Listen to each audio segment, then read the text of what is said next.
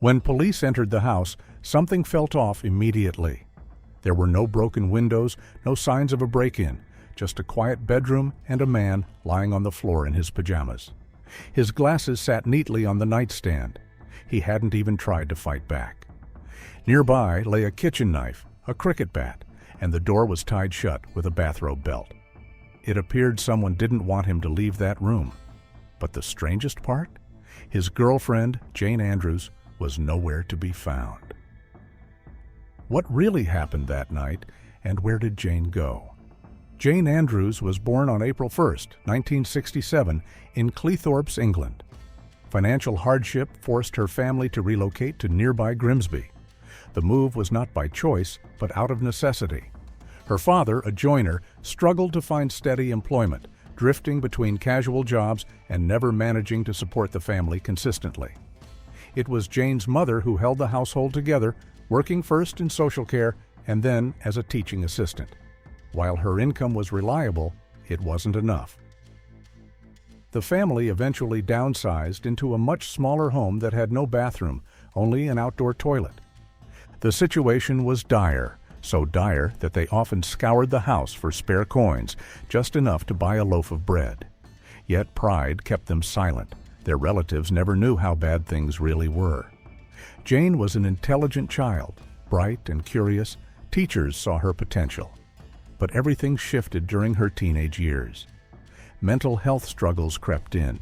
Depression, anxiety, panic attacks. Her grades began to slip, and she started skipping school. When her mother found out, Jane felt ashamed. She didn't want to rebel. She just couldn't be there. She began to feel like she had no future, that her life had no meaning. Then one day, in a moment of deep despair, Jane attempted to end her life by swallowing a large number of pills. She survived, but her mental health continued to decline. As she grew older, Jane sought comfort in short-lived relationships. At 17, she became pregnant, but knew the father wasn't serious and wasn't ready to raise a child alone. She chose to terminate the pregnancy. At first, it felt like the right decision, but it haunted her. Trying to move forward, she enrolled in a fashion design program in secondary school. After graduating, she took a job designing children's clothes for a British retail chain. It wasn't glamorous, but it was a start. Still, she remained in Grimsby, living with her parents, and she hated it. Jane longed for more. She spent hours flipping through fashion magazines, imagining herself in elegant outfits, dripping with designer jewelry. She wasn't just dreaming of success, she was desperate for it. She wanted out. Then came 1988. Jane was 21 when she spotted a job ad in one of those magazines. A busy mother was looking for a dresser, someone to help her with her wardrobe and daily styling. Jane assumed the woman must be wealthy. She applied, not knowing that her life was about to collide with royalty. 6 months later, Jane received an invitation to interview. She traveled to the address and found herself face-to-face with Sarah Ferguson, Fergie, the Duchess of York, wife to Prince Andrew. The two women clicked, and within a week, Jane received the letter that changed her life. She had gotten the job. From Grimsby to Buckingham Palace, Jane was about to enter a new world. Her starting salary was £17,000 a year, modest by royal standards, but that wasn't what mattered to Jane. What mattered was access. She traveled the world at Sarah's side, brushed shoulders with aristocrats, and quickly began transforming herself. She took elocution lessons to lose her northern accent, trying to sound more like the royals. She changed her clothes, her mannerisms, her identity. And she had a plan. She wouldn't just work for the rich, she'd become one of them. She longed to marry into wealth and finally escape the life she once knew. Then, in April 1989, she met someone who seemed like the answer to it all. Christopher Dunn Butler. He was 21 years older than her, a senior director at IBM. Rich, refined, powerful. Exactly the kind of man Jane had been waiting for. The only problem? He was already in a relationship. That didn't stop Jane. Their affair began in secret, but secrecy wasn't enough for her. She gave Christopher an ultimatum. Choose her or lose her. He chose Jane, and soon after, Their relationship was out in the open. Within the year, they were engaged, and in August, they were married. But what seemed like a fairy tale quickly soured. There was no passion, no chemistry. They were more like companions than lovers. Jane grew restless again, and affairs followed one after another. In 1994, the marriage collapsed, and they divorced. Jane didn't mourn. She had already found someone new, Dimmitri Horn, a Greek magnate and the son of a powerful shipping tycoon. She met him through the Duchess of York at yet another elegant gathering. Dimmitri and Jane became inseparable. They dined in expensive restaurants, traveled in style, and lived the kind of romance Jane had always imagined. But then the cracks began to show. Jane's jealousy returned, consuming and relentless. If Dimmitri looked at another woman, she noticed. If he spoke to one, she reacted, controlling, possessive, paranoid. Dimmitri had had enough. When he ended the relationship, Jane exploded. She didn't just leave, she destroyed his apartment, slashing his clothes and tearing through his belongings in a blind fury. When the dust settled, Jane swallowed pills again, but the dose wasn't fatal. She woke up broken and alone. The next blow came just a year later, in 1997.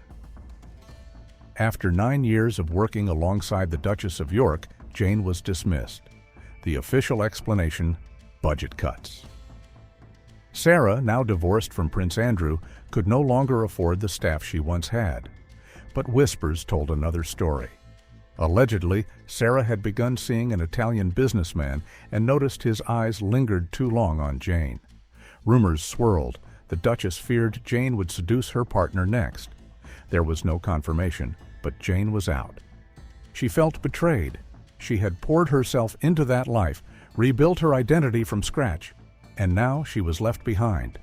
Still, one thing was certain. She would not go back to Grimsby. She was staying in London.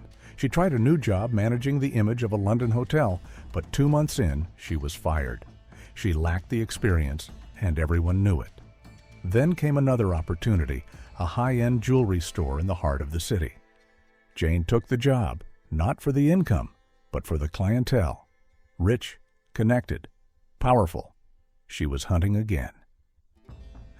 In 1998, a friend invited her on a blind date. Jane accepted. The man's name was Thomas Cressman. Jane was 31. Thomas was 37. From the moment they met, Jane was captivated. Tall, handsome, successful. Thomas was everything Jane had ever dreamed of. His family was American by origin, but had settled in the UK. His father, a self-made multimillionaire, had built a European empire of car dealerships.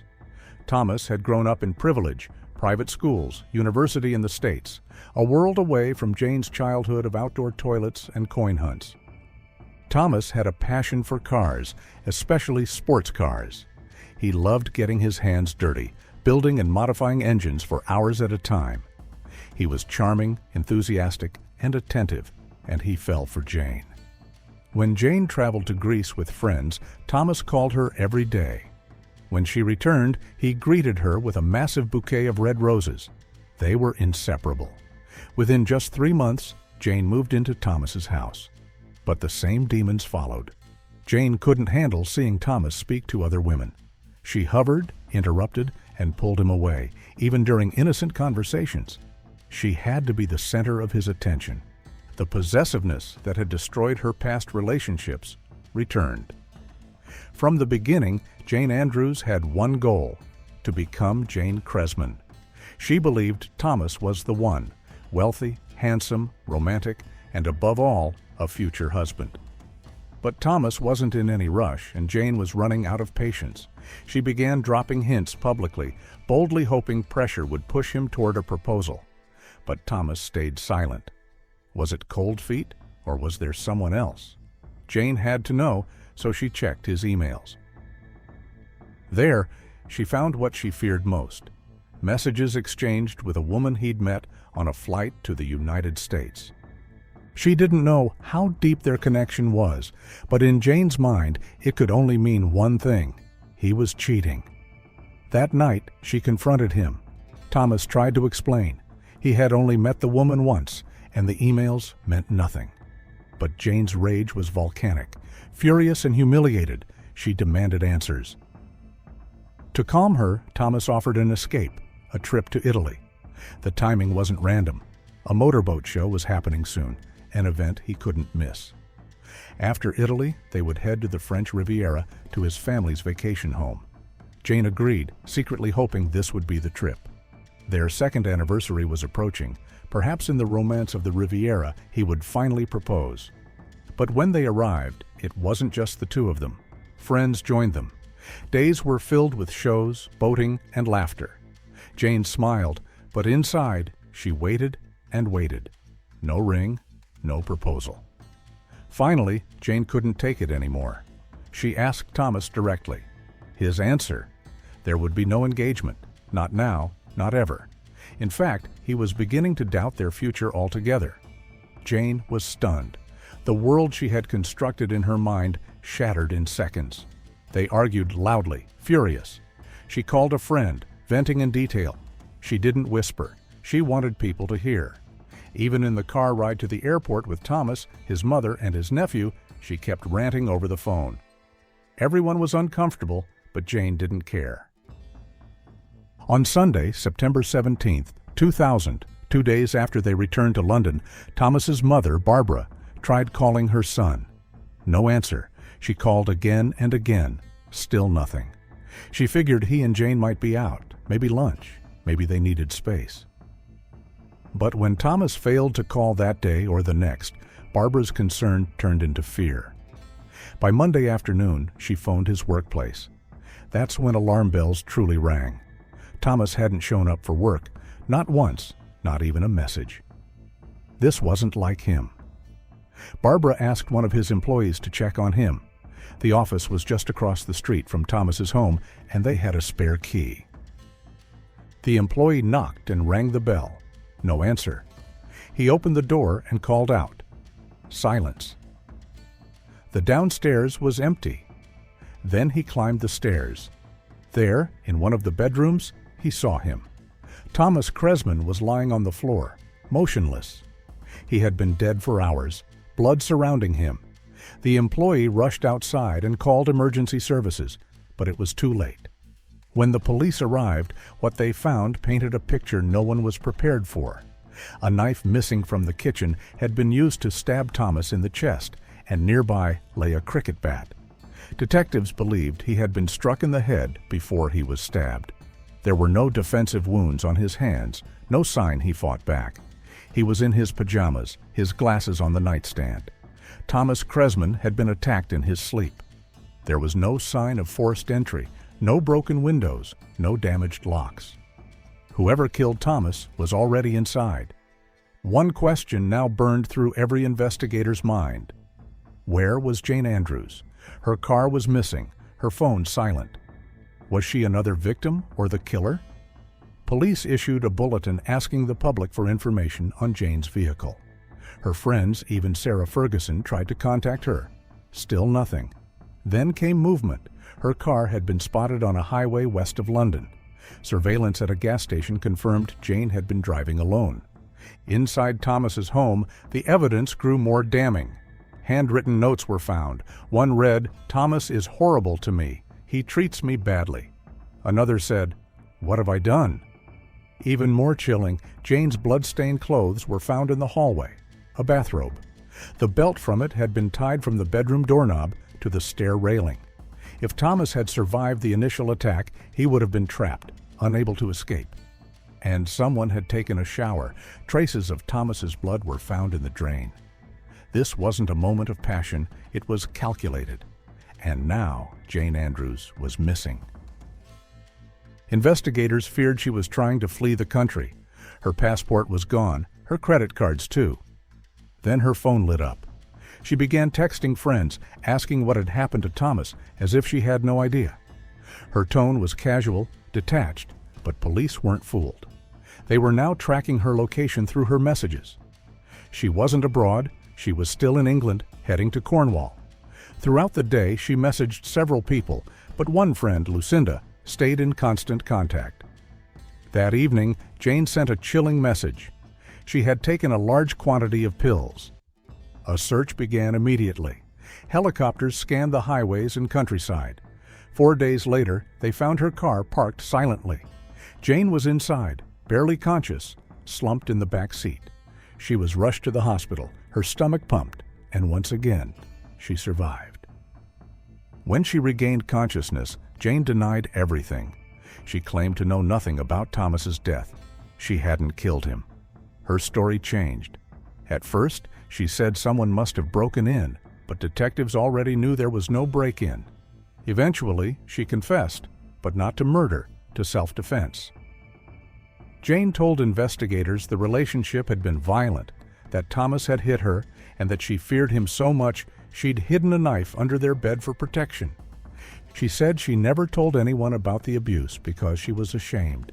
She'd never been treated like that before. According to Jane, the night Thomas died, he had tried to initiate sex. When she refused, she claimed he slapped her, and then she blacked out.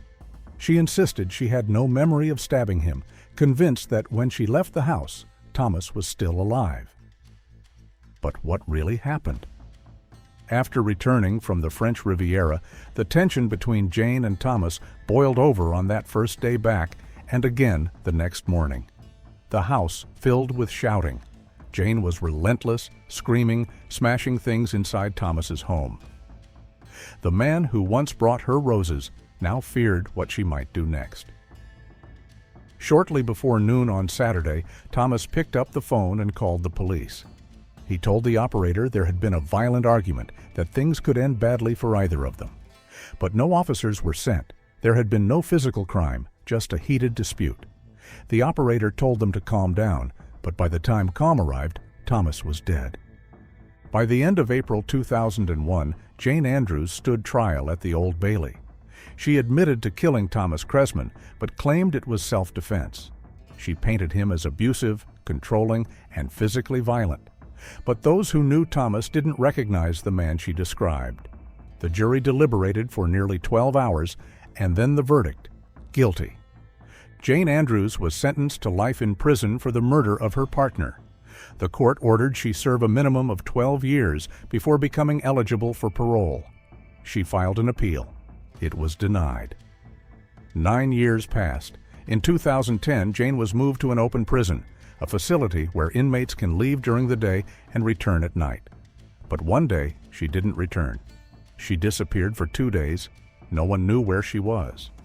Then she was found in a hotel just 6 miles away, meeting her parents.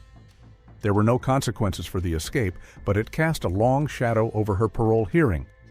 In 2012, her release was denied. Then came 2015. 4 years later, authorities ruled that Jane was no longer a threat to society.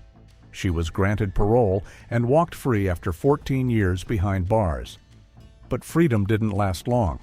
In 2018, she was arrested again, this time for harassment. She remained in prison for another year. Upon her release in 2019, she moved to Lincolnshire, her new life working in a supermarket stocking shelves, from royal palaces to prison blocks, and finally to quiet anonymity. While in custody, Jane was diagnosed with borderline personality disorder, a condition marked by intense emotional swings, impulsivity, deep fear of abandonment, and unstable relationships. Some experts believe this diagnosis explains her violent outbursts, that her inability to handle rejection played a central role in Thomas's murder. But her mental health struggles didn't change the facts, and they didn't alter the sentence. Thanks for tuning in. Don't miss out. Subscribe now for more thrilling investigations.